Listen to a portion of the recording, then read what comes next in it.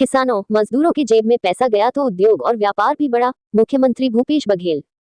हर sector पर ध्यान देना होगा तभी ग्लोबल वार्मिंग की समस्या से निपटा जा सकता है।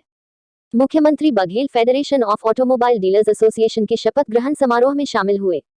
रायपुर मुख्यमंत्री भूपेश बघेल अटल नगर नवा रायपुर स्थित एक निजी होटल में आयोजित federation of automobile dealers association FADA के वार्षिक सम्मेलन में शामिल हुए।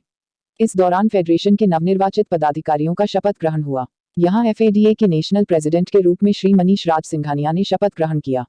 अपने संबोधन में मुख्यमंत्री श्री बघेल ने कहा कि छत्तीसगढ़ सरकार की नीतियों से किसानों मजदूरों के जेब में पैसा गया तो उद्योग और व्यापार भी बढ़ा। कार्यक्रम को संबोधित करते हुए मुख्यमंत्री श्री भूपेश बघेल ने कहा कि 300 साल पहले से लेकर अब तक बहुत कुछ बदला है और बीते एक शतक में तेजी से बदलाव आया है। बैलगाड़ी के दौर से लेकर अब तेज रफ्तार गाड़ियों का दौर आ चुका है। शुरुआत दौर में जीप और ट्रक के एवरेज हुआ करते थे, लेकिन जैसे जैसे पेट्रोल और डीजल की कीमतें बढ़ती गईं, ऑटोमोबाइल सेक्टर में भी परिवर्तन हुआ।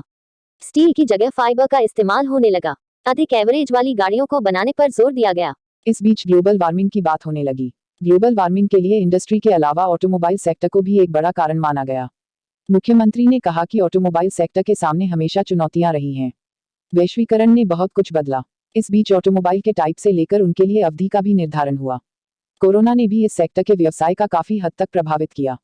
अब इलेक्ट्रिक व्हीकल एक चुनौती है, लेकिन परिस्थितियां बदली हैं तो नए अवसर भी बने हैं। पहले जहां गिनती की गाड़ियां होती थी, आज बाजार में एक ही कंपनी की अनेक वैरायटी मौजूद हैं। जितना परिवर्तन इस शतक में आया है, उतना कभी नहीं हुआ। मुख्यमंत्री श्री बघेल ने कहा कि मुझे खुशी है कि देश के सफलतम डीलर्स मेरे सामने बैठे हैं। उन्होंने बताया कि बीते 3 साल में परिवहन क्षेत्र में टैक्स ग्रोथ पर कई बार उनसे सवाल हो जाता है कि क्या सरकार ने टैक्स बढ़ा दिया है, जिस पर उनका जवाब होता है कि गाड़ियों की बिक्री बढ़ी है, जिससे टैक्स कलेक्शन बढ़ा है और गाड़ियों की बिक्री बढ़ने के पीछे वजह लोगों की जेब में पैसा होना रहा है।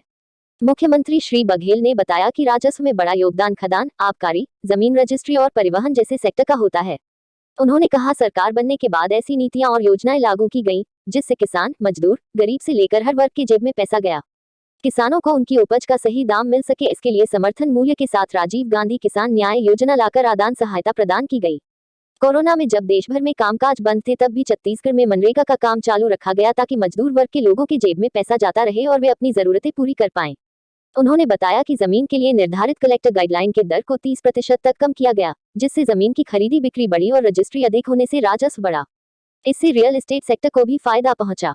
मुख्यमंत्री श्री भूपेश बघेल ने कहा कि कोई भी क्षेत्र हो, जितनी सुविधा दी जाएगी उतना उत्पादन बढ़ेगा, लेकिन ग्राहकों के जेब में पैसा होना भी जरूरी है, तभी उत्पाद को उपभोक्ता मिल पाएंगे।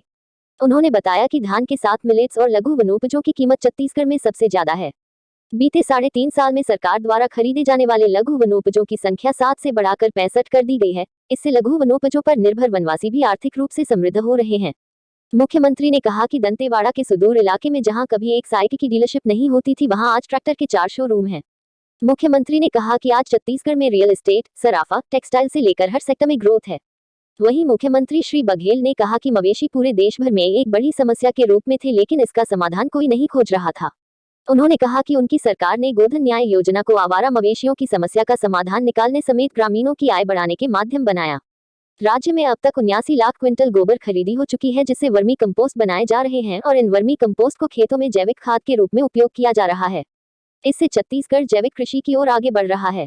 उन्होंने कहा जैविक कृषि से उत्पादित फसल जहां शरीर को बीमारियों से बचाकर सेहतमंद रखेगी, तो रासायनिक उर्वरकों से होने वाली ग्लोबल वार्मिंग की समस्या को दूर करने में मदद मिलेगी। मुख्यमंत्री श्री भूपेश बघेल ने कहा कि इंडस्ट्री या ऑटोमोबाइल जैसे सेक्टर में परिवर्तन करके ही हम ग्लोबल वार्मिंग की समस्या को खत्म नहीं कर सकते। इसके लिए सभी सेक्टर में काम करने की आवश्यकता है। इस मौके पर मुख्यमंत्री ने federation of automobile dealers association के सभी निर्वाचित पदाधिकारी को बधाई एवं शुभकामनाएं दी। साथ ही फेडरेशन के कॉफी टेबल बुक का विमोचन भी किया।